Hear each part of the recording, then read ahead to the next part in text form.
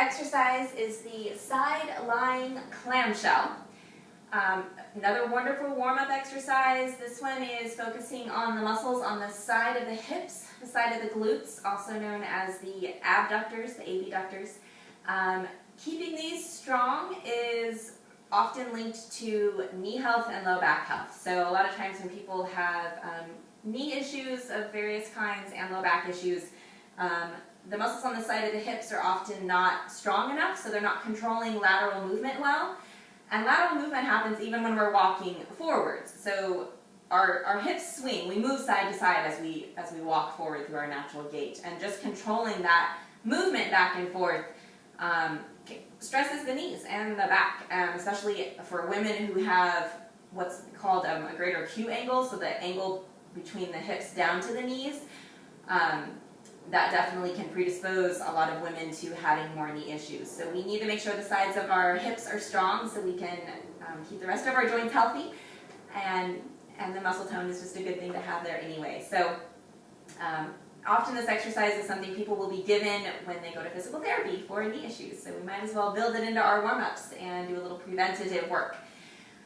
This one is often best performed with your back against a wall. The challenge is that often when people rotate the hips, when people lift the knee, they rotate the hips back, which should not happen because that will disengage the muscles we're trying to work and make the exercise far easier than it should be. So this is a very small range of motion exercise. And again, you want to have your glutes engaged to support you. Straight alignment down the body, knees are slightly in front and bent.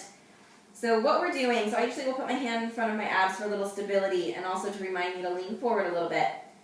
And then I'm just going to open those knees up, so like a little clamshell, and close.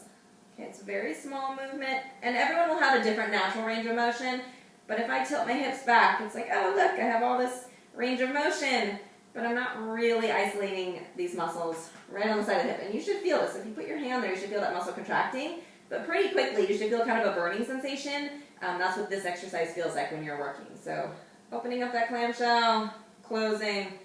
So abs are engaged for support, good posture. I'm a little bit relaxed in the upper body, so I don't want to hold tension in places I don't need it where it's not helping me. So opening up that clam, closing it.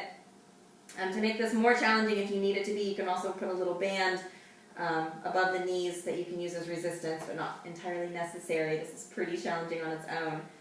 Again, opening that clam, closing, making sure that I'm slightly tilted forward and I'm not leaning back to increase my range of motion. So again, a great way to know if you're doing this correctly, you should feel kind of that side of the rear end area working for sure, kind of that burning sensation. You'll definitely know where those muscles are at.